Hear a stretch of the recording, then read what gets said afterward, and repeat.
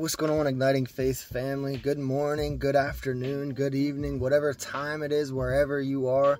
Hope you guys are having a blessed Monday. We are back at it again with another Igniting Faith hot shot. So I just wanted to talk a little bit about Matthew 5:20. This is a verse that for me, it has confused me my whole life ever since I was young, like where I would read it and I didn't have a full understanding of it. I didn't come to the revelation of it. So it says, this is Matthew 5:20, "For I say to you that unless your righteousness far surpasses that of the scribes and Pharisees, you will not enter the kingdom of heaven." Man, that is like, I don't know why that just, because I didn't have a true understanding of righteousness and what it means to be righteous. So I was looking at this verse and thinking, man, how am I ever gonna surpass the scribes and Pharisees, the teachers of the religious law, the people who from the looks of things were living it out. They wore all the right clothing, they said all the right things, they gave more than probably, I would say probably everybody around in that era. They gave more, like tithe-wise and offering, they gave a lot more. But it was, once you realize that it was the giving is a heart position on how much you're giving. It's not about the amount you're giving, but the heart position in the giving. But man, I remember when I first got 3 years ago, where I really truly surrendered my life to God, and verses like this, there was a couple verses I'll have to try to go through and pick out the ones that I had stumbling blocks on. It was usually something about something Jesus said, because that's the enemy just trying to bring confusion, especially straight from Jesus's words.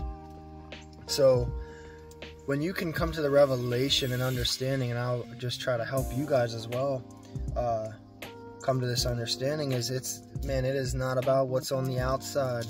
When you surrender your life to Jesus, your righteousness, the righteousness that you receive, far, far, far surpasses anything that these religious leaders or anyone else could be doing, or to say any Muslim that are praying 5 times a day, doing all all these works. That's why it is so, man, like Christianity and just following Jesus is such a beautiful thing, because it is not about what we do. When we receive what Jesus did for us, we are made righteous, we are forgiven of our sin, and He cleanses us, and it is just such an amazing thing. But man, it is crazy how long I sat with that, and I would sit there and just be like, man, I'm not, like, how am I gonna enter the kingdom of heaven if I'm not as righteous as these people? Like, it just doesn't make sense. It just did not make sense to me. But man, having the righteousness of God is nothing of your own hands. It is nothing you can do. He took your place on the cross. He gave you your coat of righteousness, and you just wear it boldly, man. It is so amazing that we don't have to do anything other than putting our faith in Jesus, man. That is literally all He requires.